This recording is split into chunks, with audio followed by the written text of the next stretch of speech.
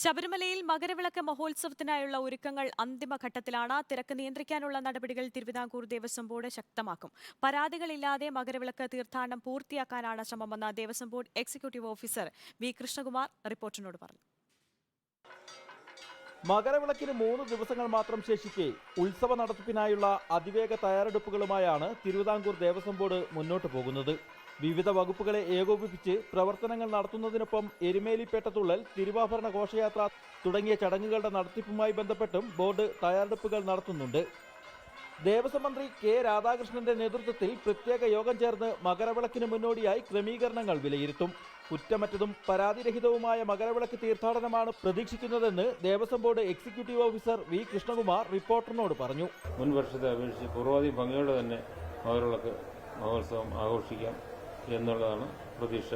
മകരവിളക്ക് മുന്നിൽ കണ്ട് സേവന പ്രവർത്തനങ്ങൾ ഊർജിതപ്പെടുത്തിയതായി അയ്യപ്പ സേവാ സംഘവും അറിയിച്ചു.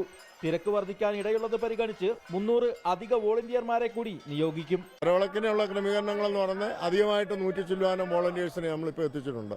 പിന്നെ മകരവിളക്കിന് കൂടുതൽ ക്യൂവിലൊക്കെ ബുദ്ധിമുട്ടുണ്ടായാൽ കൊച്ചുകുട്ടികൾക്കും അല്ലാതെ ഭക്ഷണം കഴിക്കാതെ ബുദ്ധിമുട്ടുന്നവർക്ക് വേണ്ടിയിട്ടുള്ള ബിസ്ക്കറ്റുകൾ അധികമായിട്ട് നമ്മൾ ഇവിടെ ശേഖരിച്ചു വെച്ചിട്ടുണ്ട്. മകരവിളക്ക് ദിവസമായ ജനുവരി 15-ന് വെർച്വൽ ക്യൂ മുഖേന ബുക്ക് ചെയ്തെത്തുന്ന 40,000 പേർക്ക് ശബരിമലയിലേക്ക് പ്രവേശനമുണ്ട്. എന്നാൽ രാവിലെ 10 മണി വരെ മാത്രമായിരിക്കും ഇവരെ പമ്പയിൽ നിന്നും മല കയറാൻ അനുവദിക്കുക.